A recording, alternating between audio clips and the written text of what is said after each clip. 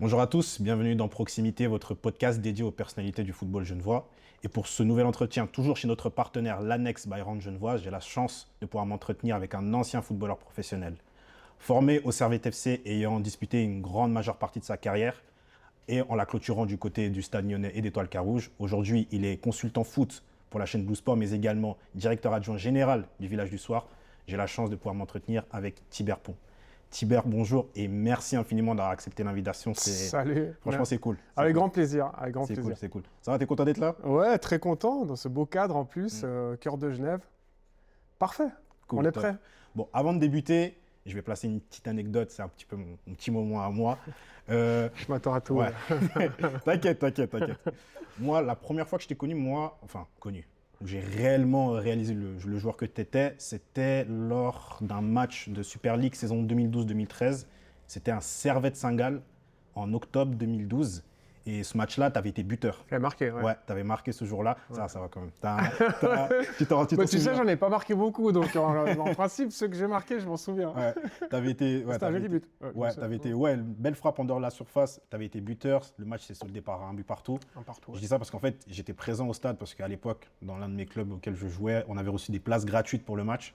Et donc, on avait été parmi les heureux élus. Donc, tu étais derrière le but où j'ai marqué. Exactement. Sauf erreur, voilà. Exactement. T'as vu la trajectoire de la frappe? Ouais, incroyable, hein, incroyable. Vraiment, dès que le ballon il est entré petit filet, franchement, on a exulté. En tout cas, on a un très beau but. Et moi, en tout cas, ce qui m'avait beaucoup marqué chez toi, c'était vraiment ton activité sur le terrain et surtout ta détermination et ton envie de bien faire. On sentait vraiment que tu étais vraiment passionné par l'envie de bien faire, d'être là pour le club. Parce qu'en plus, c'était une période difficile, on va y venir après. Et en tout cas, moi, à titre personnel, je trouve que ce match-là m'a vraiment fait réaliser le joueur que tu étais, en tout cas. C'est cool, merci beaucoup. Ouais. C'est vrai que c'était une période pas facile. On était tout en bas, si je me souviens bien, dans le classement. Et puis ouais, ce match, c'était un match un peu charnière parce que je me demande, je crois que je suis même pas sûr on avait déjà réalisé notre première victoire. C'était la 10e ou la 11e journée, je sais pas. On avait vraiment commencé de manière catastrophique. Ouais. Et puis ça, c'était... Ouais, puis dans ces matchs-là, il faut prendre les responsabilités et puis montrer au moins que tu as la personnalité et que tu as l'envie de sortir de cette passe difficile. Quoi. Ouais, exactement. 2012, j'avais 11 ans à ce moment-là. Ah ouais. Aujourd'hui, j'en ai 25, donc ça ne nous rajeunit pas. Arrête.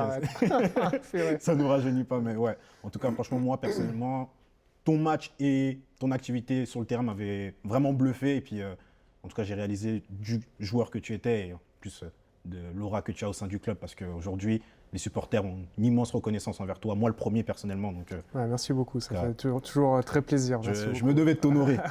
C'est sympa. Merci beaucoup. On va débuter et du coup, revenir à tes débuts. Donc, toi, tu es né en janvier 1984, 42 ans, si mes calculs sont bons. Moi, j'aimerais savoir, c'était quoi tes premiers souvenirs de foot durant ta jeunesse? Mes premiers souvenirs de foot, comme spectateur, je dirais Carouge, parce que mon père a d'abord entraîné à Carouge. Et j'allais voir Carouge, j'étais fourré à la Fontenette tous les week-ends, enfin, un week-end sur deux en tout cas. Et l'autre week-end, j'étais devant le télétexte. Tu connais le télétexte ou t'es trop jeune? Tu l'as le télétexte? Ouais, je me souviens parce que mon papa... On se fiche de moi que j'ai encore l'application télétexte, mais mine de rien, on est pas mal à l'avoir encore. Tu l'utilises encore? Bien sûr, Ok. Bien sûr, oui, bien sûr. Et voilà, donc j'étais passionné, je connaissais tout par cœur de l'équipe. Après, j'étais très timide, donc j'allais pas dans les vestiaires. Tu sais, quand t'es le fils de l'entraîneur, certains, ils ont pas de crainte d'aller voir les grands et participer un peu plus. Enfin, j'en ai connu dans ma carrière des enfants soit de joueurs, soit peut-être du staff, qui sont très présents, tu vois, dans l'entourage des joueurs. Moi, j'ai jamais osé, mais j'aurais bien aimé, mais j'ai jamais osé. Et voilà, j'ai suivi énormément mon père, en fait, par le biais des équipes qu'il a eues. Mais mon premier vrai souvenir, c'est vrai que c'est à la Fontenette. Et ensuite à Servette, bien sûr, au Charmy, parce qu'il avait été pris par Michel Ranquin comme adjoint, en 93 ou 92 ou 93, et je pense 92 déjà. Et là, j'ai découvert les Charmy. Puis les Charmy, c'est waouh. C'est ce qui se fait de mieux, ce qui se faisait de mieux avant la Praille dans le canton. Et j'étais derrière les buts. J'allais tous les matchs derrière les buts, chanter avec les supporters, mais j'avais quoi? J'avais 10 ans, hein, même pas. Ok. J'étais déjà au taquet. Waouh. Ouais. Et voilà, et on a suivi tout ça. Moi, je suis devenu amoureux de ce club. Et voilà. Mais mes premiers souvenirs, je pense que c'est à la Fontenette, où ils étaient en Ligue B, donc Challenge League actuellement. Et pour moi, les joueurs, c'était des stars. C'était des joueurs de deuxième division suisse, mais c'était des stars, c'était mes modèles. Je me souviens encore de Philippe Ertig, notamment, qui était un super numéro 10.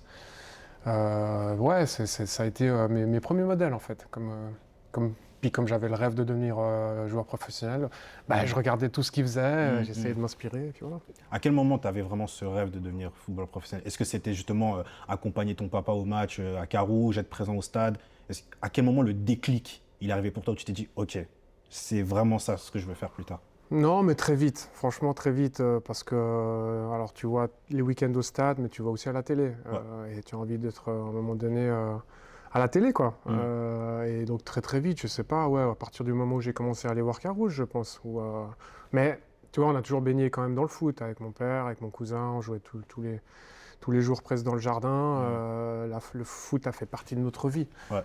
Et moi, très vite, j'ai voulu en faire mon métier. Ouais. Alors après, c'était un rêve au début, puis c'est devenu un objectif quand tu sens que tu touches un petit peu et puis que tu es dans le train de la formation de Servette dès 12 ans. Ben oui, là, tu commences pas à toucher du doigt, mais disons que tu es sur la pente pour peut-être atteindre ton rêve. Ouais, Et ouais. voilà, après, il faut se donner les moyens, mais oui, ça vient, en principe, ça vient assez vite. Ouais, bah, tu as mentionné ton papa, hein, Michel Pont, homme qui n'est même plus à présenter. Il a du coup été entraîneur, comme tu l'as dit, Carouge, Lancy, Chénois, Perly, pas mal de clubs à Genève, entraîneur adjoint aussi, de Servette aussi. Exactement. Et il a surtout eu une grosse mise en avant médiatique en étant l'entraîneur adjoint emblématique de l'équipe de Suisse entre 2001 et 2014. Exact. Au-delà de son expérience et de son CV très fourni, quel rôle il a eu ton papa durant toute ton ascension de tes débuts jusqu'à atteindre l'équipe première de Servette et plus? Ouais, il a eu un très grand rôle dans la mesure où ça a été un soutien et deux, un conseil. Sans jamais s'immiscer Ok. dans le giron des clubs dans lesquels j'étais. Jamais. Là, en l'occurrence, de par sa position, ça aurait tout de suite pu être mal interprété. Tu vois, Oui. voilà, il a toujours évité. Il y a plein d'autres parents qui se permettent d'aller parler à l'entraîneur, qui se permettent de donner leur avis au staff. Ou lui il allait même se cacher. Il restait dans le parking et il se cachait. Soit il restait dans la voiture, soit il restait derrière un arbre, soit. Ouais, non. Et je le remercie maintenant parce que je me serais senti très mal en fait. Ok. Tu vois, c'est pas productif, c'est pas constructif et ça dessert, je pense, le gamin qui veut être professionnel. Ouais. Mais là, je le dis à mon niveau, j'avais un père qui était dans la profession, mais à tous les niveaux, les parents qui sont trop collés à la carrière de leur fils, c'est jamais productif. C'est jamais productif. Et Il toi, faut c'était laisser. pas son cas. Ouais, ça n'a pas été son cas, je le remercie, heureusement. Mais je pense vraiment qu'il faut laisser le jeune se développer, qu'il écoute ses entraîneurs, ses formateurs, ses éducateurs, et qu'il fasse son chemin lui-même. Mais après, il faut toujours être présent pour lui, bien sûr. Mais de trop s'immiscer dans le truc, je pense pas que ce soit bien pour le petit. Intéressant. On va maintenant parler de Servette. Une grande partie de ta vie. Tu vas intégrer du coup les équipes juniors jusqu'à atteindre l'équipe première. Et entre-temps, moi j'aimerais qu'on évoque quelque chose qui, je trouve, qui est assez particulier, c'est que durant tes dernières années juniors, tu as obtenu une licence en sociologie à l'université.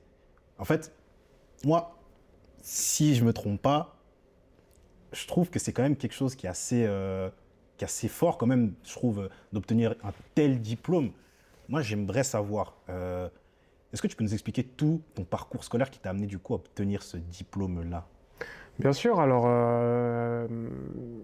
j'ai sauté, alors sur vraiment le commencement, j'ai sauté la 6e année primaire, qui est une année obligatoire normalement, mais j'avais relativement de facilité, et puis les notes suivaient, et dans l'optique justement d'être un jour professionnel, on s'est dit que s'il y avait la possibilité, je sauterais une année, comme ça ferait gagner une année sur la fin de la scolarité. Mais on s'était donné, en tout cas je m'étais donné cet objectif, mais je savais que mes parents m'auraient toujours poussé pour ça, c'est d'avoir quelque chose, un papier. Alors dans un premier temps au collège, donc le fait de sauter cette 6e année, je gagne une année.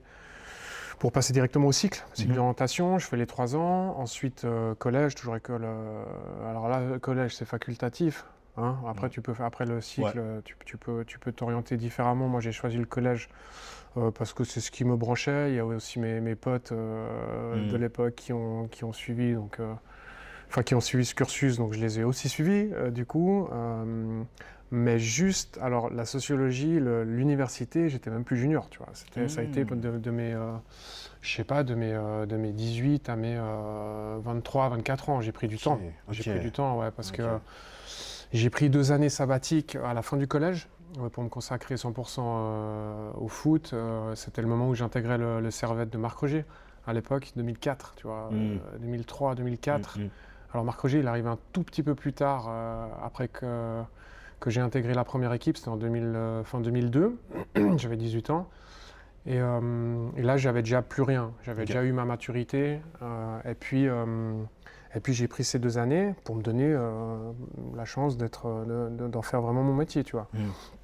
Mais j'avais pas de salaire, j'avais un salaire de stagiaire pro, Ouais, tu vois, j'avais ouais. encore tout à prouver, mais j'étais déjà intégré, donc voilà, quelque part dans le bon wagon, etc. Et il y a Marc Roger qui arrive en 2004, 2005, faillite. Ouais. Voilà. Moi, j'ai décidé de reprendre du coup les études. Je savais pas où m'orienter en fait. Je savais que c'était bien de faire l'université, mais voilà, du moment qu'en fait j'avais décidé de rester à Servette, c'était bien de poursuivre. Tu restes à Genève, tu as la possibilité de faire l'université. Et voilà, ça te fait quand même un diplôme sympa à avoir pour la suite de la carrière professionnelle dans le foot ou ailleurs. Mhm. Voilà, même si après l'université, c'est toujours difficile de trouver son chemin parce que l'université, tu as un diplôme, mais tu n'as pas de place tout de suite comme ça, en claquant du doigt au niveau professionnel. Donc, surtout en sociologie. En Ouais. fait, je ne savais pas vers où m'orienter à l'université. Ok. Tu vois, donc Ok. Donc il tu y tâtonnais avait. un petit peu. Ouais, mais il y avait un tronc commun qui s'appelait, à l'époque, je ne sais pas si ça existe toujours, mais sciences économiques et sociales, Ok. qui pouvait mener après vers soit économie, soit sociologie, Ok. soit d'autres branches. Et moi, j'ai choisi sociologie parce que tu sais, tu as les descriptifs Ouais. de chaque branche. C'est Mhm. celui qui m'a le plus Ah, c'est celui parlé. qui t'a le plus parlé. Tu t'es pas posé de question, tu dis L'étude, ok, je voilà, prends ça. exactement. Et l'étude des relations interpersonnelles, des relations humaines, Ouais. c'est passionnant. Ok. C'est passionnant. Tu apprends ce qui se passe autour de toi, comment les autres interagissent, comment tu interagis. Alors, psychologie, c'est ce qui se passe dans la tête d'une seule personne. Mhm. Et la sociologie, c'est ce qui se passe dans un environnement social. Voilà. Mhm. Dès qu'il y a de l'interaction. Mhm. Et moi, ça me passionne. Ok. Je trouve passionnant et ça m'a beaucoup servi, en fait. Après, pour interpréter un petit peu les différentes situations qui se présentent dans une équipe de foot, mais Ouais. aussi ailleurs, parce qu'il y a la sociologie de la famille, la sociologie de la religion, ça touche tout. Ouais. Ça touche vraiment Ouais. tout ce qui nous entoure. Et puis voilà. Et puis c'était super intéressant. Puis en parallèle à ça, j'ai continué avec Servette. Et avec Servette, on est reparti de Première Ligue après Ouais. la faillite. Ouais. Et ça a été une aventure sans aucune garantie de pouvoir un jour être professionnel, tu vois. Parce que tu repars de Première Ligue, tu sais pas comment ça va se passer. Mais il y avait un beau projet.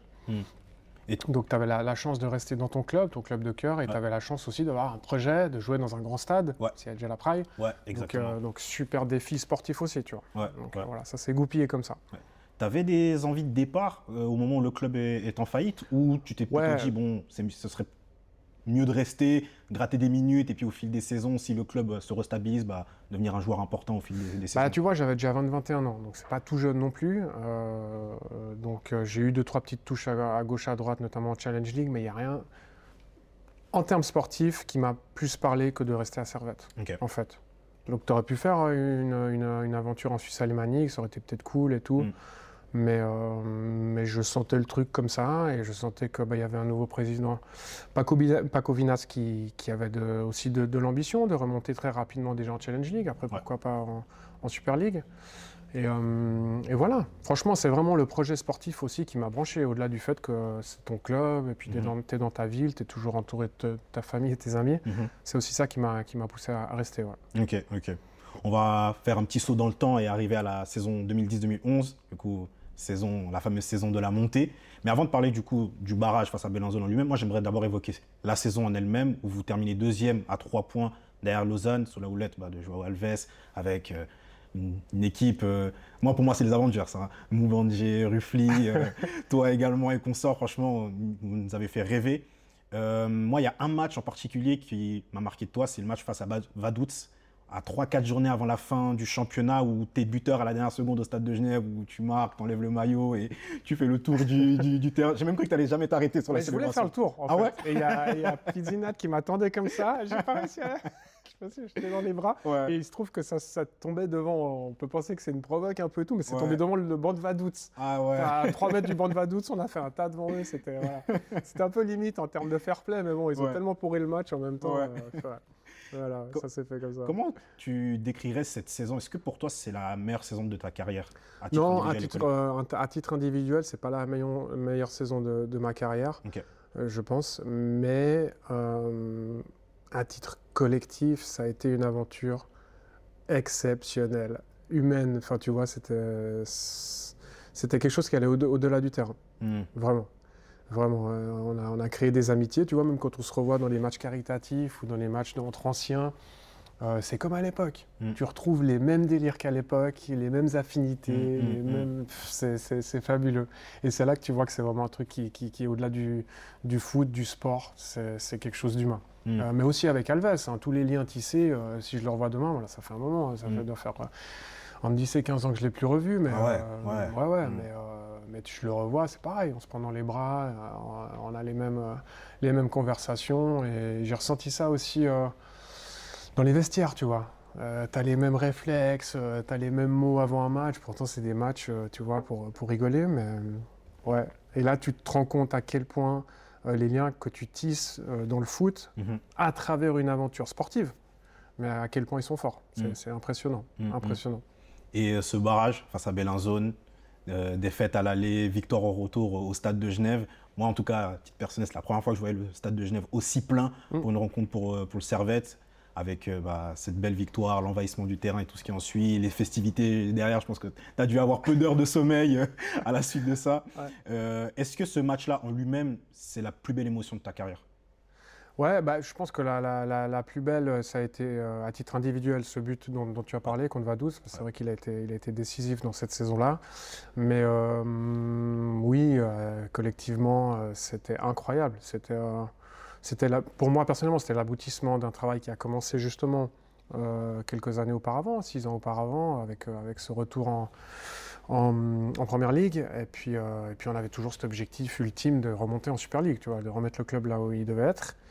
Donc ça a un aboutissement sportif incroyable, mais surtout tout ce qui entourait le truc. Tu vois, on a créé ce rapport avec les supporters aussi.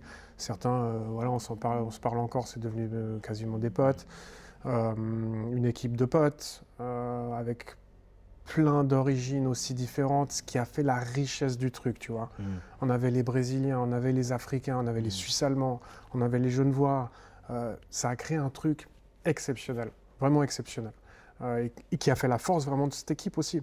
Tu vois, toutes ces philosophies aussi de vie différentes, ça a amené un truc en plus, vraiment. Et ça a fait la force de ce groupe, qui a fait une super ensuite saison d'ailleurs en Super League, qui s'est qualifié pour la Coupe d'Europe, tu vois. Rien que ça aussi, ça a été un bel exploit. Après, c'était plus compliqué parce que voilà, c'est le sport aussi, mais ouais, ça a été une aventure fabuleuse. Et le point d'orgue, oui, bien sûr, c'est cette victoire contre Bellinzone. Moi, sur le terrain, alors j'avais fait un bon match à l'aller, mais j'avais loupé une occasion de fou, où j'avais eu le temps, pendant cette occasion, pour l'anecdote, je ne sais pas si je l'ai déjà raconté celle-ci, mais puis je l'ai revue, tu sais quoi, justement à Blue Sport, quand j'ai eu Mario Lustrinelli en face de moi. Oui, parce que tu l'as affronté justement, voilà, il avait été buteur aussi. Mauro, pardon, il avait été buteur aussi au match retour. Il avait été buteur, mais il avait loupé un penalty à l'aller. Oui, exactement. Après 10-15 minutes de jeu, aussi un premier tournant, tu vois, on avait la bonne étoile sur ces barrages. Mais moi, à titre personnel, j'avais eu une occasion pas similaire, parce qu'elle était plus simple à mettre contre Vaduz, mais une occasion où tu vois, t'as Mati qui frappe, et moi j'étais un peu décalé sur la gauche à ce match-là, et j'ai senti que le gardien allait pas la bloquer, donc il la repousse. Et putain, je me dis, c'est bon, j'ai plus qu'à la pousser, quoi. Et j'ouvre le pied, comme contre Vaduz, pied gauche, mauvais pied. Mais je la mets, même pas petit filet, je la mets premier. Et j'étais là, oh putain, si on loupe cette montée à cause de ça, je ne m'en remettrai pas, quoi. Et il y avait 0-0. Et tu vois, mais J'ai pendant cette action eu le temps de repenser à l'action de Vaduz, puis je l'ai un peu joué trop facile, j'ai pas assez fermé mon pied pour la mettre petit filet opposé. Et voilà, et ça c'est un souvenir qui m'a aussi marqué, j'ai plus revu cette action, j'ai plus osé la revoir tellement, j'avais pas honte, mais je me dis putain mais comment j'ai pu louper ça quoi.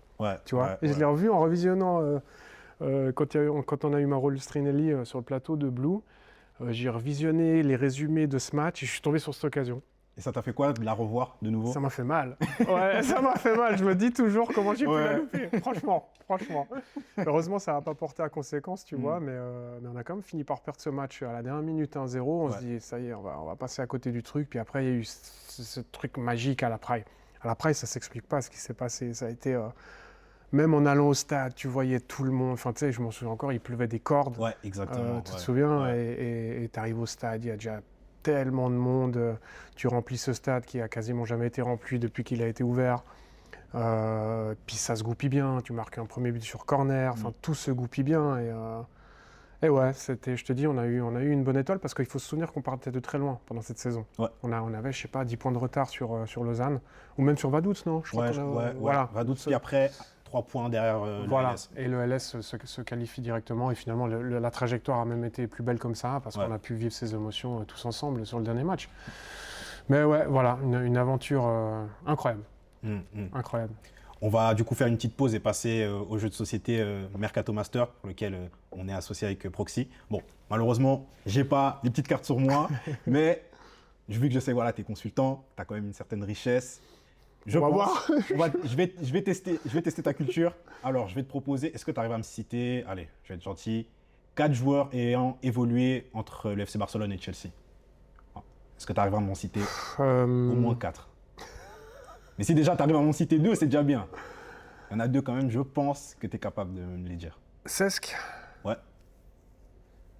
Et le deuxième, il y aurait qui? Pedro, il a fait Chelsea. Pedro aussi, ouais. On n'aurait pas Eto'o. Ouais, Eto'o aussi. L'ami Samuel. Ouais. Et pareil, pas de gardien. Là, je t'ai posé une colle là. Ouais, j'ai une colle. Il y a Deco aussi. J'ai une colle. Deco. Ouais, Deco. Ah, il m'a montré la photo.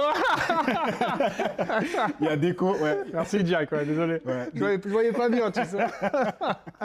Deco également. Après, plus ancien, Gudjonsen, l'Islandais également. Ouais, attaquant. Ouais, aussi. Donc, ouais, Emmanuel Petit aussi. Ah ouais, Manu Petit, mais il a fait très court, non, à Barça. Ouais, c'est ça. Bon, lui, ça s'est pas très bien passé vers la fin. Donc ça, c'était la question facile, ça? Bon, je voulais tester un petit peu ta culture, mais bon, tu t'en es quand même bien sorti. Tu m'en as cité 3. Du coup, bon, c'était un petit peu le petit moment histoire de détendre un peu l'atmosphère. J'espère que je t'ai pas trop... On est détendu, pas de souci.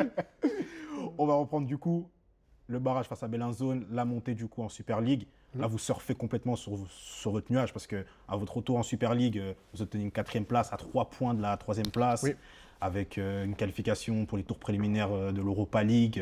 J'ai pas mal de flashs qui me viennent en tête cette saison-là. Il y a le fameux 4-2 face à Lausanne. Il y a le dernier match face au FC Bâle à domicile où vous remportez 2-1. Et après, il y a l'envahissement de terrain et tout. En plus, moi, pour l'anecdote, j'étais présent au stade parce que... T'as envahi ou pas?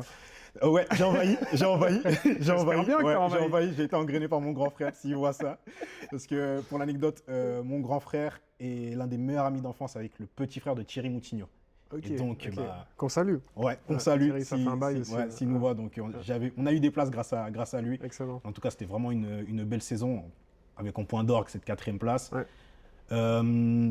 À quel moment vous avez senti qu'il y avait quelque chose qui se passait? Parce que quand même, passer de la Challenge League à la Super League et faire une saison où vous n'êtes pas loin d'accrocher la 3e place, pour ce que le Servette a vécu ces dernières années, franchement, ça devait être un sentiment énorme dans le vestiaire. Bah, je pense, comme tu as dit, on était encore un peu sur la dynamique, sur le nuage. C'est un groupe qui était tellement solide, tellement soudé, et qui avait aussi beaucoup de qualité à faire valoir en Super League. Enfin, tu as cité des joueurs, les Moubanji, Ruffly, c'est des joueurs qui ont fait une super carrière par la suite, quoi. Il y avait beaucoup de talent, Karlovic, Mati, Ouais. Eudis, De Azevedo, Ouais. tu vois, Bowman, c'était des super joueurs. Pizzi encore, qui était encore là et bien là. Enfin voilà, je ne vais pas tous les citer, mais il y avait aussi beaucoup de qualité footballistique dans ce groupe. Mhm. Oui, on a surfé sur cette vague, aussi portée par l'état d'esprit qui régnait dans ce groupe, quoi. Puis quand on a senti,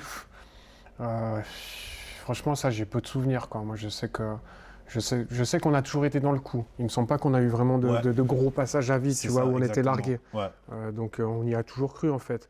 Et si je me souviens bien, il y avait eu le Neuchâtel Xamax de Chagaïev, qui avait aussi eu soit un retrait de points, soit qui Oui, avait coulé avant. exactement. Tu Une vois. douzaine de points Voilà. de retrait, Voilà, ouais. qui nous avait aussi aidé parce qu'il me semble qu'ils avaient une place devant nous, je Ouais, crois. ouais. Voilà, donc on a un petit peu artificiellement gagné cette place. Que vous Pas avez en pas Europe, volé, en quand même. disant. Ouais. Voilà. Que vous n'avez pas volé quand On n'a même. pas volé, on Donc, n'a rien volé du tout, mais voilà, ça fait partie du truc. Ouais. Et non, je pense qu'on y a vraiment toujours cru. Hein. Une fois qu'on a vu qu'on avait le niveau, on s'est dit que pourquoi pas accrocher quelque chose de bien cette saison, tu vois. Et puis pas jouer le fond du classement comme peut-être tu peux l'imaginer quand tu es néo-promu, ce qui est logique. Hein. Ouais. Mais on a vite vu et on a été habitué. Tu sais, quand tu joues à la Prime, mine de rien, tu as l'habitude des grands stades. Oui. Donc, quand tu vas à Bâle, quand tu vas à IB, quand tu vas dans ces stades-là, t'es pas genre super impressionné, c'est normal. C'est un stade de 30 000 places, Bâle un petit peu plus. On n'avait pas l'effet, tu te sens tout petit, tu étais néo-promu. Je sais pas, tu as des néo-promus, même un Haro qui joue dans un vieux Bruglifeld, peut-être tu vas à Bâle, tu es un petit peu plus, tu vois, inhibé par le... Nous on n'a pas du tout eu cette impression. Ok. Tu vois, on avait l'habitude de jouer dans un grand stade et je pense que ça a joué aussi. Et puis aussi en Coupe Suisse, on avait déjà accroché Bâle à l'époque, si tu te souviens. Oui. On avait accroché Bâle, on avait été au penalty, on avait perdu au péno. Ouais. Et ça, c'était l'hiver avant de monter. Juste avant. Ouais, je crois hiver 2010, si je me trompe pas. Exactement. Ouais, exactement. Et déjà là, tu vois, on avait senti qu'on avait quelque chose, en fait. Okay. Même si le chemin était semé d'embûches pour monter, mais on a vu qu'on avait de quoi bousculer les gros du pays, quoi. Donc je pense qu'on a vraiment, on est arrivé en Super League sans aucun complexe, en tout cas sportif, tu vois, footballistique. Ouais. Ça a joué aussi. Et tu as des souvenirs du dernier match face à Bâle au Stade de Genève? C'était vraiment le dernier match en plus de la saison et clôturé par une victoire 2-1 avec le but de 10. Ouais, bien sûr. Volé, ouais. Moi, personnellement, mauvais souvenir, j'avais pas joué. Ah, J'étais trop saoulé. Très égoïste. Non, mais j'ai participé à la fête et tout, mais t'es jamais content quand tu joues pas. Hein. Ouais. Donc j'avais un peu vécu ce match-là, en tout cas par procuration. J'étais super content et tout, mais t'as quand même t'as quand même le petit regret de ne pas avoir participé à la fête sur le terrain. Tu vois. Ouais, voilà. Mais c'est comme ça. Ça fait partie de l'aventure d'un footballeur. Tu ne peux pas tout le temps être titulaire. Et c'est comme ça. Et ça, j'ai connu souvent dans ma carrière d'être sur le banc et je m'habite aussi. Tu vois. Bah, à la suite de ça, la saison suivante va être, on va dire, le début des soucis, si on peut dire ça comme ça. Parce que après une belle saison, vous êtes 4e. Je veux dire, Servette va être un petit peu victime de son succès, si on peut dire ça comme ça. Il y avait déjà eu le départ de Vitkeviets à IB en début d'année, le départ de prêt de Roderick Miranda, si je ne me trompe pas. La suite va être compliquée pour vous avec une descente. Je veux dire, une année après être monté, vous arrivez 10e, dernier du championnat. Pourtant, vous avez quand même beaucoup recruté. Je me rappelle, il y avait Geoffrey Tréant qui est arrivé, Marco Socco notamment. Selon toi, quelles ont été les raisons qui ont fait que vous êtes passé du rêve au cauchemar, si on peut dire ça comme ça? Bon, il ne faut pas oublier qu'entre-temps, en deuxième partie de saison, il y avait déjà eu un changement de président. Oui. Parce que Pichard nous avait lâchés, il était parti dans ses délires et il avait laissé le club à Hugues Keinec, qu'il avait sauvé d'ailleurs, hein, parce qu'il y avait déjà beaucoup de dettes et Hugues était venu nous prêter main forte, lui qui était déjà au hockey à l'époque, avec le Genève Servette qui avait fait un boulot exceptionnel avec Chris Maxorley aussi. Et voilà, déjà, c'était pas une situation extra-sportive idéale. Tu vois, et on a réussi, grâce au groupe, à tirer ce club encore sur le terrain pour accrocher cette place en Europa League qui était, en tout cas, le barrage d'Europa League qui était inespéré. Et après, qu'est-ce que tu veux? C'est le foot, c'est un départ catastrophique. C'est un départ catastrophique. On a fait, je crois, le pire départ de l'histoire. On a eu un petit peu un contre-coup aussi mental avec beaucoup d'émotions positives, ou peut-être après, t'es pas prêt, même inconsciemment, à retourner au combat dans la réalité du championnat suisse, parce que parallèlement à ça, on découvrait la Coupe d'Europe. Ouais. Et ça, je te dis, un game changer pour la gestion du groupe, parce que je me souviens, on n'était pas loin, tu vois, pendant les matchs. Je me souviens qu'on avait perdu 1-0 à Sion, c'était hyper serré sur le deuxième match. On n'a jamais été loin. On a mal commencé contre Thun. Ah non, ça c'était la première saison. Mais on avait commencé vraiment, vraiment mauvais. Et surtout, on n'a pas réussi à gérer l'aspect Coupe d'Europe. Ouais. Je me souviens vraiment très précisément, on avait eu un déplacement à Erevan. Okay. Donc on avait gagné, on avait fait un super match. J'avais mis un doublé même, chose que j'ai jamais fait de ma carrière. Et le week-end de cette semaine-là, on était à Lausanne. Et là, on passait à travers, complètement à travers. Moi le premier, nul. Mais on avait eu 2 journées de voyage, des trucs auxquels on n'était pas habitué. Tu vois, prendre l'avion, récupération, jouer tous les 3 jours. Tu sais, tu maîtrises pas. On l'a vu aussi sur certains clubs en Super League récemment. C'est complètement différent, quoi. C'est une autre gestion, et c'est une autre gestion de se gérer soi-même, mentalement aussi, de se remettre dans la réalité du championnat de Suisse, où les mecs ils sont au taquet parce que tu tournes bien, ils savent qu'ils vont devoir être au taquet. Et voilà, ça a donné un début de championnat catastrophique. On a traîné toute la saison. On a fait un meilleur deuxième tour. On n'était pas loin, mine de rien, tu te souviens, d'accrocher quand même ce barrage, mais ça s'est joué sur l'avant-dernier match à la Pontaise, où Tréant, immense frappe qui passe sur l'équerre, où il y avait 0-0. Après, on se prend le 1-0, après c'était fini. Voilà, ça s'est joué mine de rien à pas grand-chose, mais voilà, au final, c'était pas totalement illogique qu'on descende après un départ comme ça. Un départ où tu fais 10 matchs, 2 points, je crois. Tu le traînes toute la saison, il n'y a pas de miracle. Voilà, ça a été comme ça. C'était difficile à digérer cette relégation ? Oui, bien sûr, parce que tu te sens coupable vis-à-vis des supporters, vis-à-vis du club, parce que ça impacte aussi des joueurs, des dirigeants, mais aussi des employés de l'administration, la direction sportive. Enfin bref, c'est tout le socle que tu as construit depuis tant d'années qui s'effondre un petit peu, et puis tu dois repartir sur de nouvelles bases, et puis on le voit, c'est pas facile. De remonter tout de suite, ça n'a pas été facile, même si on a fait des bonnes choses en Challenge League. Et puis après, la spirale négative s'est un petit peu enclenchée aussi au niveau extra-sportif, où malheureusement Hugues Keinec n'a pas réussi peut-être à s'entourer de gens qui étaient prêts peut-être aussi à l'aider, mais sans lui jeter la pierre, parce qu'il a vraiment fait tout son possible, et je pense vraiment que c'est un gars bien, honnête, contrairement à Majid Pichard, qui alors lui ça a été une catastrophe. Mais voilà, ça s'est mal goupillé. Après on a fait ce qu'on a pu pour remonter le plus vite possible, et ça prend du temps, ça nous a pris 5-6 ans à remonter après la première faillite, et je crois plus ou moins pareil après la deuxième. Et cette deuxième que tu vis en plus en tant que joueur une nouvelle fois, celle-là, est-ce que toi dans ton esprit tu te dis purée, c'est celle de trop, à quel moment tu réalises que ce club est là, est en train une nouvelle fois de subir son instabilité déjà aux saisons précédentes, parce que historiquement malheureusement le Servette durant ces 20 dernières années est habitué à avoir une instabilité assez pesante. Donc comment toi tu l'as vécu celle-là? Est-ce qu'à ce moment-là tu as douté de la capacité du club à se relever de cette épreuve? Non, j'ai pas vraiment douté, parce que j'ai déjà connu cette situation-là, et pour répondre à ta première question, quand tu commences à douter, c'est quand tu commences à plus être payé. Ça c'est clair, c'est un signe qui ne trompe pas. C'est quand il commence à y avoir du retard, 2 mois de retard, 3 mois de retard, et là tu te dis ça commence vraiment à sentir mauvais. Voilà. Et cette situation, j'ai connu exactement la même chose en 2005. Première faillite. Ça c'est le début de la fin, mais pas que nous, hein. Tous les salaires, hein. Je parle pas que nous. Et ça sent vraiment le roussi, quoi. Et puis après, à gauche, à droite, tu entends qu'il y a de nouvelles dettes qui sont trouvées, et puis que Et tout s'enchaîne après. Et donc voilà, et puis c'est mieux quelque part de repartir sur des basses scènes, comme ça a été fait en 2015. Mm. Donc voilà, une nouvelle équipe dirigeante, de nouveaux soutiens financiers, de la place qui se mettent en place, et qui sont des bases saines qui durent encore jusqu'à maintenant. Mais ouais, ça c'est vraiment le déclic, c'est quand tu vois qu'il y a des factures ou des salaires qui sont pas payés. Ouais. Et ça t'a impacté, enfin, parce que avec ton parcours que tu as eu du côté de Servette, bah, tu as vécu ces deux situations-là, similaires. Ça a eu un impact sur ta vie privée? J'ai pas l'impression.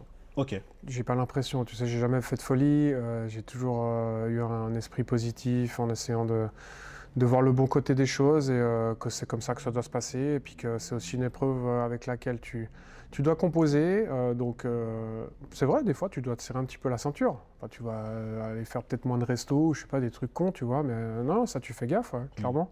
Clairement, parce que tu es un petit peu ric-rac Ouais, bah ouais. à la fin du mois. Parce que c'est vrai que quand tu n'es pas payé depuis 3 mois, bah, oui, ça devient compliqué. Tu as les factures qui tombent quand même.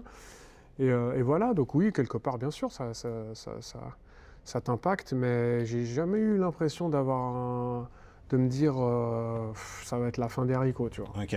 J'ai jamais eu cet esprit-là. Jamais paniqué? Non, Ok. non, du tout. Ok. Bah, à la suite de ça, et comme tu as dit, le club va se restabiliser. Et la saison 2016-2017 va être ta dernière avec Servette, Oui. avec un point d'orgue ce dernier match au Stade de Genève où tu vas hériter du brassard et tu vas encore une nouvelle fois marquer. J'ai l'impression que tu as quand même une belle étoile quand même au-dessus de ta tête. Cette saison-là qui est ta dernière, à quel moment tu as réalisé que peut-être que c'est le moment pour toi de clôturer ce beau chapitre avec le club? Alors c'est pas une décision, c'est pas ma décision. Okay. J'aurais clôturé plus tard. C'est une décision sportive de l'entraîneur, de ce qu'on m'a dit. Hein. Après j'en sais pas plus, mais ce qu'on m'a dit c'est que l'entraîneur comptait plus sur moi et puis que ça allait s'arrêter là. Et puis c'est comme ça. Et puis j'aurais aimé continuer 1 ou 2 ans de plus en tout cas, parce que je sentais que je les avais dans les cannes. Et puis que je pouvais encore apporter quelque chose à ce groupe. Puis d'ailleurs je l'ai prouvé sur le terrain en fin de saison, où ça s'est très très bien passé sur les matchs que j'ai joués. C'est comme ça, c'est le foot. C'est le foot, t'as un entraîneur qui est arrivé quelques mois auparavant, qui a ses idées, qui a sa philosophie. Et puis je rentrais pas dans les plombs pour barre. Et ça c'est la vie d'un footballeur. Donc voilà, ça s'est fait comme ça. Et puis, comme tu l'as dit, j'ai eu une bonne étoile. J'ai eu un match des adieux exceptionnel, incroyable. Je ne pouvais pas rêver mieux. Et puis voilà, ça s'est fini comme ça. Ça n'a pas été un choix de ma part, en tout cas. Ok. Bah, à la suite de ton départ, tu vas clôturer ta carrière du côté de Carouge et de Nyon. 297 matchs avec le Servette FC. Beaucoup, tu as vécu 1001 vies, si on peut dire ça comme ça. Les supporters du club et le club en lui-même ont une reconnaissance très forte envers toi. Voilà, ils te reconnaissent parmi les plus grosses légendes du club, si on peut dire ça comme ça. Qu'est-ce que ça signifie pour toi, toute cette reconnaissance que les supporters et le club ont envers toi? Toi, le petit garçon qui regardait jouer Servette et qui aujourd'hui a pu être à cette position, jouer au sein du club, démontrer tout ton talent. Qu'est-ce que ça signifie pour toi? Oh ça signifie tout. Ça veut dire que tu as répondu quelque part présent sur le terrain, parce que si tu es à côté de la plaque sur le terrain sportivement, tu disparais. Et aussi, je pense surtout dans la mentalité, voilà, c'est tout. Les Genevois, ce qu'ils veulent, c'est quelqu'un qui soit fier de porter ses couleurs et pour qui l'écusson grenaille, il est une valeur. Voilà, si tu leur fais ressentir ça, je pense qu'ils sont prêts à te suivre loin. Et je ressens encore aujourd'hui l'amour des gens pour ça, et c'est fabuleux. Ça, je ne pouvais pas rêver mieux. Puis aussi d'avoir son visage dans la tribune nord, incroyable. C'est moi qui leur en sont reconnaissants pour ça. C'est une marque de gratitude phénoménale, quoi. Donc voilà, beaucoup d'amour. Que je leur porte aussi et qu'un jour j'espère pouvoir redonner. Un jour, on verra quand et comment. Mais un jour, je reviendrai dans ce club, ouais, je pense. T'as envie de revenir au sein de Servette? Oui, ça me titille, bien sûr. Encore une fois, il n'y a rien je fais jamais de plan sur la comète. J'essaye de vivre le maximum au jour le jour. J'ai une vie à côté qui est passionnante. Donc voilà, mais on verra comment, encore une fois, quand et comment. Mais un jour, j'ai eu l'objectif et l'ambition de revenir et et de nouveau d'aider ce club. Ok, ok, intéressant. Moi, je retiens en tout cas. Et c'est filmé, donc... Ok, ok. Et comment toi tu juges, depuis que tu as quitté le club et que tu as clôturé ta carrière, comment toi tu juges le retour du Servette FC en Super League, si je ne me trompe pas, saison 2019-2020, donc ils sont revenus lors de la saison... Même 2019, non? Ouais. Montée, ouais. Été 2019. Été 2019, voilà précisément. Les avis divergent. Certains disent que le retour est super, le club est de nouveau stable, fait régulièrement le haut de tableau, a remporté la Coupe de Suisse en 2024. D'autres sont un petit peu plus mesurés. Ils estiment forcément que l'absence de jeunes joueurs issus de l'académie, ça peut être problématique. Il y a beaucoup de saisons yo-yo, des saisons où ils sont en haut, des saisons où ils jouent bas de classement. Là, en l'occurrence, cette saison, elle est très compliquée. On ne va pas, bien entendu, revenir en détail. Mais toi, de manière générale, est-ce que toi, tu estimes que le club est de nouveau à un top ou peut être amélioré dans certains secteurs? Alors, très honnêtement, je pense que ce qui s'est passé ces dernières années au club, depuis la remontée, c'est miraculeux. Ok. C'est miraculeux. Il y a eu des résultats extraordinaires. Parce qu'il ne faut jamais oublier qu'en 2019, été 2019, le club partait dans l'inconnu en Super League. Normalement, tu joues le maintien. Là, il y a eu des années, mais ça a été un âge d'or, il faut bien se rendre compte. Pour le club, ça a été un âge d'or. Toucher la Coupe d'Europe, avoir des matchs contre des tout grands d'Europe, remplir la Praille. On se rend compte maintenant à quel point on a été gâtés ces dernières années à Genève. On se rend compte maintenant parce que tu vois des clubs comme Bâle, comme IB, qui souffrent. Ouais. Nous, on a été, je sais pas, deuxième, troisième, régulièrement. Il y a eu une régularité qui est phénoménale. Phénoménale. Et il faut bien se dire que les joueurs, ils ont eu des installations ou des infrastructures qui n'étaient pas dignes d'un club de Super League. Moi, encore maintenant, je les vois passer avec leur bagnole tous les matins, individuels, bien sûr. pour aller au stade. Tu vois. Ils n'ont même pas un centre à eux. Ils doivent se changer au stade, ensuite prendre leurs affaires. Ils vont avec les... Enfin, pas des conditions. Alors maintenant, il y a ces terrains à Vessie qui sont un petit peu... qui sont en tout cas, de ce que j'entends, hyper bien, où il y a des bonnes conditions. Mais pendant longtemps, ils ont bourlingué sur tous les terrains du canton pour s'entraîner. Non mais tu te rends compte, c'est dingue. Ouais. C'est improbable. Et pendant ce temps-là, tu joues la Coupe d'Europe. Ouais. C'est un truc, ça peut exister qu'à Genève parce qu'on n'aime pas le foot. Ouais. Tu vois, on n'aime pas le foot et on ne veut pas donner au club ce qu'il mérite. Ils ne se rendent pas compte, tous les politiciens ne se rendent pas compte de l'impact social sur les jeunes qu'a le foot et à quel point c'est une école de vie. Ils ne veulent pas se rendre compte. Un jour, ça arrivera peut-être, mais pour l'instant, ils ne s'en rendent pas compte. Et à quel point ça serait important d'avoir un centre. Mais les jeunes voient aussi, nous non plus, on n'a pas la culture foot. C'est nous qui avons voté pour ce qui ne s'est pas fait à Grand Sac. Là, c'est nous qui avons voté, c'est nous qui avons dit non. Voilà, on n'est pas encore prêts, mais les politiciens ne sont pas encore prêts non plus à valoriser l'aspect social, l'aspect éducatif du foot. Donc ça, c'est dommage. Mais voilà, pour revenir à la première équipe, c'est fabuleux. Ce qui a été fait, je trouve, ces dernières années, c'est fabuleux sur le terrain. Et je pense vraiment qu'aujourd'hui, on se rend compte à quel point c'est dur de performer sur la longueur, d'être régulièrement dans le top 3, top 4, top 5 pour un club, quand on sait d'où il vient. Voilà. Aujourd'hui, on est face à la réalité, la difficulté dans le championnat, où il y a des équipes qui se renforcent, où il y a un néo-promu qui va être champion. Voilà, on se rend compte à quel point c'est dur. Et regarde IB, ce qu'ils vivent depuis 2 ans, c'est plus dur. C'est beaucoup, beaucoup plus dur. Parce que même quand ils ont été champions, tu sentais qu'il y avait une petite, tu vois. Mais là, ce qu'ils ont fait les joueurs, c'est des légendes. Pour moi, cette génération-là, elle a marqué l'histoire du club. Toute cette génération-là, les Rouillet, Stevanovic, Konya, mais même les Sautier, ceux qui étaient là, tu vois, pour cette remontée, Routis, tout ça, ils ont marqué l'histoire du club. Vraiment, c'est extraordinaire ce qu'ils ont fait. On va maintenant passer à ton après-carrière, si on peut dire ça comme ça. Moi, je trouve qu'en tout cas, à titre personnel, tu as l'une des plus belles reconversions. Tu as réussi une belle réinsertion professionnelle, si on peut dire ça comme ça. À quel moment tu as commencé à réfléchir à ta retraite et à ce que tu souhaites faire du coup à l'issue de ta carrière professionnelle? J'ai jamais eu de plan de marche. Ça a été des rencontres. Donc tu partais à l'inconnu vraiment? Complètement. Complètement. En fait, alors pour le Village du Soir, qui occupe la majorité de mon temps aujourd'hui, ça a été une rencontre, Seb Courage, que je connaissais un petit peu de gauche à droite, comme ça, qui avait déjà un club, une boîte de nuit, donc vraiment purement boîte de nuit au Mois Club. Moi, je suis quelqu'un, après les matchs, qui aimait bien aller boire un coup. Plutôt quelqu'un d'assez fêtard. Si on... Fêtard, non, tu Non. vois, j'étais hyper pro. Ok. Ah, Mais ok. j'adore le côté social. Hmm. Tu vois, de boire un verre avec les potes, mais tu sais, avec d'autres joueurs, Mhm. si ça se passait bien sur le terrain.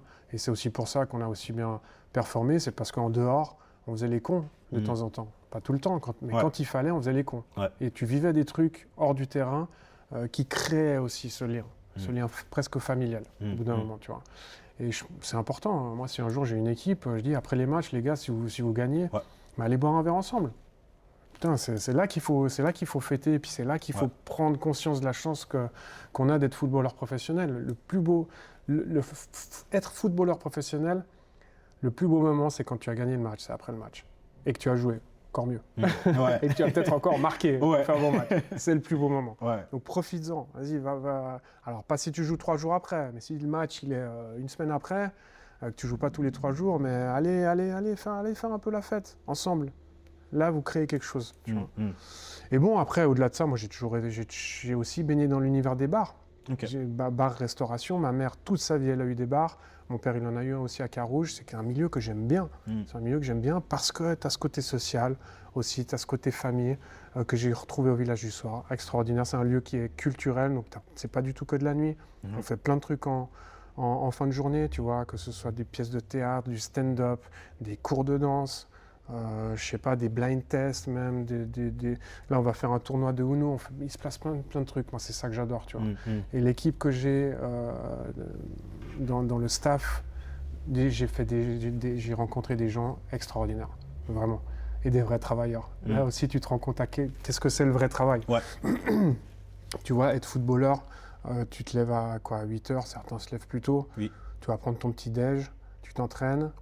Et les top players, ceux qui vraiment, ils restent toute la journée au stade, je te parle au plus haut niveau, mais nous, à l'époque, il n'y avait pas toutes les infrastructures non plus qui te permettaient pas de salle de jeu ou pas d'espace commun, tu vois, des trucs comme ça. Ouais. Donc là, maintenant, peut-être qu'un footballeur professionnel qui est vraiment au top niveau et qui se donne les moyens d'être au top niveau, un Cristiano Ronaldo, et ça va être 8 heures de boulot, tu vois, vraiment. Mais sinon, si tu es professionnel, mais tu fais ce qu'on te demande de faire, tu t'entraînes le matin, peut-être tu manges ensemble avec l'équipe, après l'après-midi tu es libre, tu vois. Et là, au Village du Soir, t'en as qui dorment même pas. Et il fait un mec comme Florin, qui est notre chef et sécurité et technique, il dort 3 heures, il se réveille, il va tout brancher la technique pour le soir suivant, il refait la sécu le soir même, puis ensuite... Putain, alors ça c'est du boulot. Ceux qui vont nettoyer le matin, à 6 h du matin, quand il y a les derniers fêtards qui sortent, ça c'est un travail. Ça m'a ouvert les yeux aussi. On sait bien sûr qu'il y a des travails plus durs que d'autres, mais pour moi ça c'est le vrai travail. Et c'est une expérience de vie aussi incroyable. Incroyable. Et donc voilà, j'ai été amené à travers ma participation dans l'actionnariat à suivre ce qui se passait en coulisses d'un établissement comme celui-ci, et ça m'a passionné. Voilà. Et donc tous les après-midi, après mon entraînement, j'allais voir dans les bureaux, voir comment ils préparaient ce qui allait se passer le week-end. En fait, il y a un parallèle à faire, tu vois, avec le foot. C'est pas tu ouvres la clé de l'établissement, puis il y a tout le monde qui vient. Il y a de la programmation, il y a de la communication, il y a de l'agencement, il y a de faire évoluer, créer des concepts, des idées. C'est ce côté créatif aussi qui me parle beaucoup. C'est pour ça que je touche aussi un petit peu à la programmation, communication, quelque chose que j'ai adoré faire aussi. C'était le début de Facebook, donc tu sais que le Village du Soir, on l'a rempli grâce à Facebook. Tous les événements, tu vois, qui se passaient, et ça c'est quelque chose que j'ai appris aussi. Donc voilà, tout ça m'a passionné, et on va faire les 10 ans cette année, tu vois, de formidable, félicitations. Donc, c'est une aventure aussi humaine incroyable. Ah, ok, non, c'est bien en tout cas. En tout cas, je te sens vraiment passionné par cette mission. En tout cas, bon courage à toi, en tout cas. Écoute, on verra jusqu'où ça va, mais en tout cas, là, c'est vraiment sympa. Puis parallèlement à ça, il y a Blue Sport qui m'a donné ce mandat de consultant que j'adore et qui me fait vivre aussi des trucs mais fabuleux, quoi. Tu vois, pas plus tard qu'avant-hier, j'étais à Anfield. Génial, en tant qu'ancien footballeur, de vivre ça, c'est extraordinaire. Ça te montre aussi une autre facette du métier, côté plutôt journalistique, même si tu restes consultant, que tu dois avoir un œil analytique, technique, pour apporter un plus. Mais tu vois tout ce qui se passe aussi en coulisses, c'est aussi passionnant. C'est aussi passionnant, et je remercie encore Blue de m'offrir ces opportunités. Ça aussi, c'est quelque chose qui n'était pas du tout prévu, tu vois. Ouais. C'est pas un truc que je me suis dit, je vais être consultant un jour. Ça s'est fait comme ça.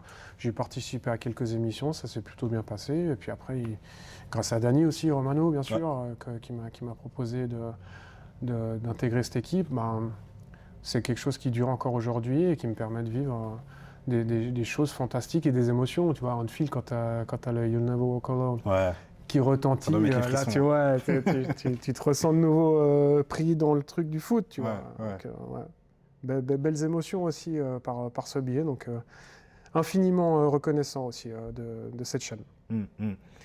Toi, tu t'imaginais une reconversion dans ces secteurs d'activité-là, vraiment? Ou vraiment, Non. vraiment de fil en aiguille, du bouche à oreille, c'est vraiment venu comme ça? Ouais, je te dis, c'est par des contacts, par un homme aussi, Seb Courage, qui m'a fait confiance et qui a cru en moi, parce que tu vois, au début, je faisais pas grand-chose pour le village.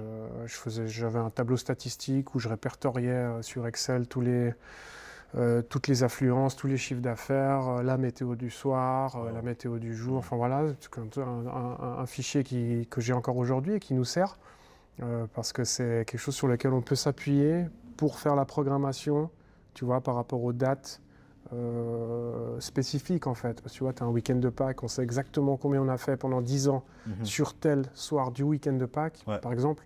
Tu vois, donc c'est quelque chose qui est très important au final, qui nous est très utile. Et après, j'ai touché à la communication sur les réseaux sociaux, communication digitale, marketing, programmation, toutes des choses que j'ai appris sur le tas.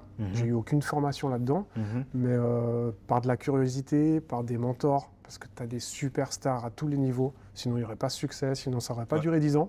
Tu vois, donc tu as des superstars dans tous les dicastères de cet établissement qui m'ont appris un nombre infini de choses. Ouais, je vais pas les citer parce que je vais en oublier, tu vois. Mais vraiment, en termes de marketing, communication, programmation, sur le terrain, sur l'exploitation, sur la technique, voilà. Maintenant, quand tu fais 5000 personnes par week-end, c'est ce qu'on fait au village du soir, tu es obligé d'être solide à tous les niveaux. Voilà. Et ça te donne une expérience et une vision incroyable sur le métier, tu vois, de la programmation, de la communication, tout ce qui englobe. Et donc ça a été une formation accélérée, sur le tas, mais avec des gens, de nouveau, de l'humain, fabuleux. C'est ce qui me parle encore dans cette aventure. Bah, justement, directeur général adjoint du village du soir, consultant pour la chaîne de Blue Sport. Moi, ma dernière question pour qu'on puisse clôturer cette interview, est-ce que aujourd'hui tu es plus épanoui dans ta vie actuelle, ou est-ce que la vie de footballeur professionnel, se lever le matin, comme tu dis, aller à l'entraînement, la vie de groupe, toutes ces choses-là, les déplacements, est-ce que ça te manque? Ou est-ce que tu apprécies vraiment la vie que tu mènes actuellement? J'apprécie, je pense que j'apprécie, c'est tellement différent. Franchement, c'est tellement différent. Ça serait pas rendre hommage au garçon que j'étais, de dire qui avait ce rêve d'être footballeur professionnel, de dire que je préfère ma vie maintenant. Tu vois, la vie de professionnel de foot, c'est un métier extraordinaire, mais c'est mentalement très pesant. Tu as des coups de moins bien, mais qui sortent d'ailleurs maintenant. Tu sais, les dépressions dans le foot, ça sort un petit peu maintenant, mais je pense qu'il y a des fois, tu es un peu en dépression quand même. Quand tu joues pas, quand tu n'as pas les résultats, mentalement, tu es down. Tu peux avoir des downs vraiment violents. Vraiment violents. Tu vois, rien que d'être remplaçant, c'est une violence symbolique quelque part. Parce que ça te positionne un petit peu en dessous des autres. Les autres te regardent d'une manière différente. Parce qu'au final, tu n'es pas sur un pied d'égalité avec eux, tu es remplaçant. Tu vas t'asseoir pendant qu'eux, ils vont jouer. Tu vois, c'est tous des mécanismes aussi qui sont sociologiques, tu vois, qui sont violents pour un joueur. Et mentalement, tu dois être béton armé. Le foot professionnel, c'est très difficile. C'est très difficile. Et quand ça se passe bien, comme je t'ai dit avant, c'est le plus beau métier du monde. Quand ça se passe mal, ça peut se passer très mal dans la tête. Là, tu as quand même moins de pression sur l'après-carrière. En tout cas, moi, j'ai eu la chance de vivre aussi maintenant de mes passions, d'autres passions qui sont la musique, qui sont l'événementiel. Tu vois, on a été à Palexpo aussi, on a fait 10 000 personnes à Palexpo. Ça a été aussi un accélérateur d'expérience, quoi, tu vois, parce que sur 3 semaines, on a pendant 3 semaines Palexpo, là tu rentres en Champions League de l'événementiel, tu vois. C'est un truc de fou ce qui s'est fait. Donc c'est de la pression, mais complètement différente, tu vois. Ok. Et puis, t'as pas non plus la pression des supporters, qui est inhérente à n'importe quel club. Voilà, c'est différent. Mais rien ne remplacera l'émotion qu'un but te procure, l'émotion que tu peux avoir quand tu gagnes. Rien ne remplacera ça. Ok. Ça, c'est clair. Ok. Ça, tu peux pas le retrouver ailleurs. Donc ça, c'est un manque.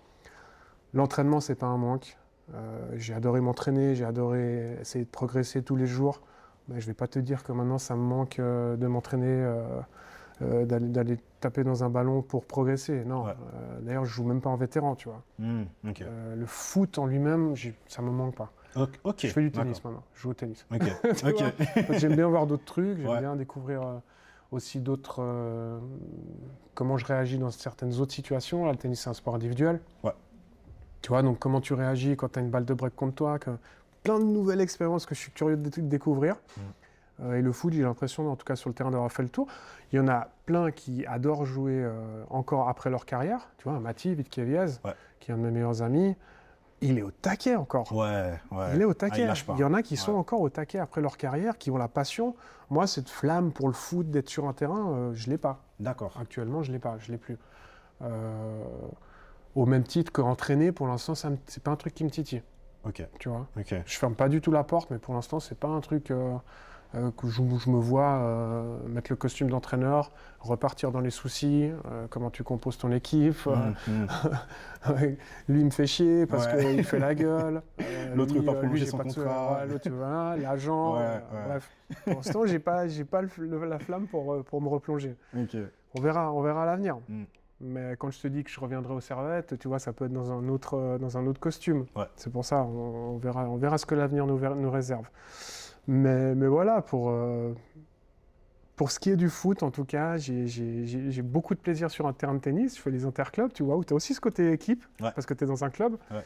Mais les sensations d'être sur le terrain tout seul, c'est une belle découverte, tu vois. Mm. Et je comprends mieux maintenant à quel point c'est dur les sports individuels. Il n'y a personne pour te couvrir. Il Ouais, n'y a c'est personne. toi et toi. Voilà, c'est toi.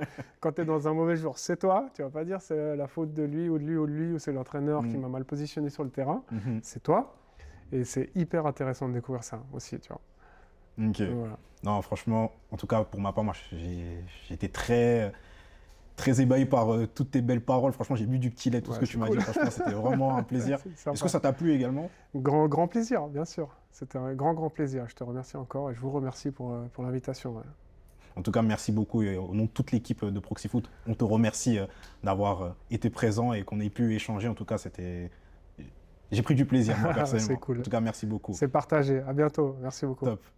Bah, sur ces belles paroles justement de Tibère, on va clôturer du coup cette interview. On remercie encore et une nouvelle fois notre partenaire l'Annex Bayern Genevoise de nous avoir permis d'effectuer cette interview dans leurs locaux et on se retrouve prochainement pour une prochaine interview pour Proximité.